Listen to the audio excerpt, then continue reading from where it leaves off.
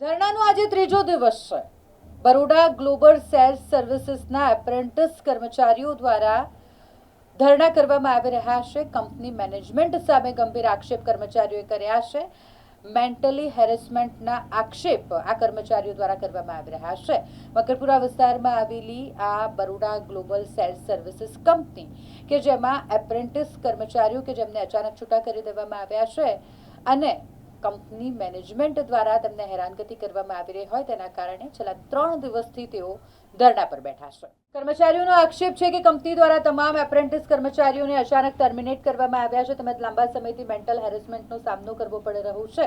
છેલ્લા 2 મહિનાથી તેઓએ પોતાની સમસ્યાઓ અંગે supervisor, team leader, HR assistant manager તેમજ સિનિયર મેનેજર સુધી અનેકવાર રજૂઆત કરી, તેમ છતાં આજ દિન સુધી કોઈ યોગ્ય નિરાકરણ ન આવ્યું. કર્મચારીઓ મેનેજમેન્ટના વિવિધ અધિકારીઓ વચ્ચે મિલીભગત હોવાના ગંભીર આક્ષેપ કર્યા.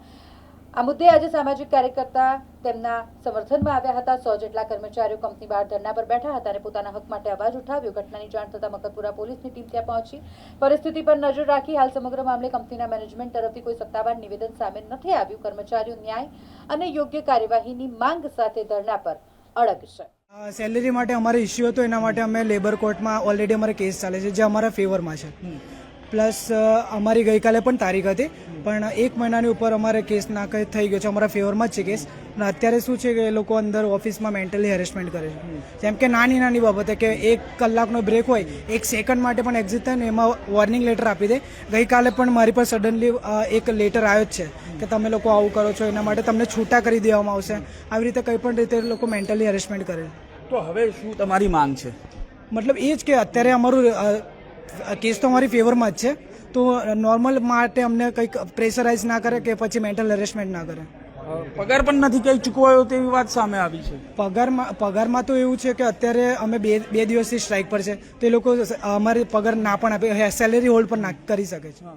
વડોદરા શહેરની વાત કરીએ તો વડોદરા શહેરની અંદર જીબીએસસી કંપની આવેલી છે, જે બેંક ઓફ બરોડાના અંડરમાં આવેલી કંપની છે માંજલપુર ખાતે. ત્યારે 2 દિવસથી અહીંયા ધરણા કરવા પડ્યા. ઉપર જે કર્મચારી છે એ કર્મચારીઓ કોઈનું સાંભળવા માટે તૈયાર નથી. જ્યારે મેનેજર જોડે ચર્ચાની વાત કરી તો મેનેજર એમની જ વાતો કરે છે, પરંતુ જ્યારે કર્મચારી કોઈ બી બોલે એમની સામે વાત કરવા માટે ઉગ્ર વાતાવરણ કરે કે શાંતિથી વાત કરે, કોઈ વાત સાંભળવા માટે તૈયાર નથી. સાથે અહીંયા એક જ કામના 2 લોકોને અલગ અલગ પગાર આપવામાં આવે છે. કોઈનો 12,000 પગાર છે તો કોઈનો 17,000 પગાર છે. હવે એક જ કામ છે તો એ બે વસ્તુનો અલગ અલગ પગાર કેવી રીતે થઈ શકે? બીજી વસ્તુ કે એમને માનસિક ટોર્ચર કરવામાં આવે છે, હેરાન કરવામાં આવે છે. એક છોકરી હતી, એના ખિસ્સામાંથી ફક્ત ને ફક્ત વટાણા નીકળ્યા. તેને નોકરીમાંથી કોઈ પણ કારણોસર તેના પાસે રાજીનામું લખાવી લીધું અને તેને નોકરીમાંથી છૂટી કરી. એટલે કે 10 જણને અહીંયાથી નોકરીમાંથી છૂટા કરી દેવામાં આવે છે. એટલે ખોટી રીતે હેરાન પરેશાન કરવામાં ના આવે. અમારે ઉગ્ર આંદોલન કરવું પડે. સાથે અહીંયા પોલીસ પણ બોલાવવામાં આવી હતી કાલે. ત્યારે અહીંયા ઉપર અત્યારે કહ્યું કે તમે લોગિન કરી લો, નહીં તો તાત્કાલિક ધોરણે 3 દિવસ થઈ ગયા. આજે 3 દિવસ પછી તમને કોઈ પણ કારણોસર નોકરીમાંથી છૂટા કરી દે. આજે મિડલ ક્લાસ ગરીબ પરિવાર 15,000 17,000માં નોકરી કરીને પોતાનો ઘરનું ગુજરાન ચલાવતા હોય એવી પરિસ્થિતિમાં અમને હેરાન કરે, તો આ બિચારા મજબૂરીમાં ક્યાં ને ક્યાં કોઈને કંઈ ને કંઈ મજબૂરી હોય એના માટે દબાઈને નોકરી કરતા હોય. ત્યારે જ્યારે આ લોકો દબાતા હોય, હેરાન પરેશાન થતા હોય, ત્યારે અમારા જેવા સામાજિક કાર્યકર્તાઓ ગ્રાઉન્ડ લેવલ પર આવું પડતું હોય છે તેમને મદદ કરવા માટે. પરંતુ જાણતા અધિકારીઓ જે પણ છે લાગતા વળગતા એ સીધી ભાષામાં નહીં સમજે તો ઉગ્ર વાતાવરણ કરવામાં આવશે અને જે નુકસાન થશે એની સંપૂર્ણ જવાબદારી મેનેજર અને એના હાથના નીચે આવેલા બધા કર્મચારીઓની રહેશે. यहाँ पे मतलब सैलरी तो मिल जाती है टाइम से हमें लोगों को, फिर भी थोड़ा सा मतलब छुट्टियों का कोई इश्यू होता है वहाँ पे.